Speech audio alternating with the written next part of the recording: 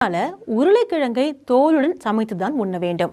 தோலை எடுத்து விட்டு சாப்பிட்டால் அதில் உள்ள நார்ச்சத்துக்கள் நமக்கு கிடைக்காது, கார்போஹைட்ரேட் மட்டுமே கிடைக்கும்.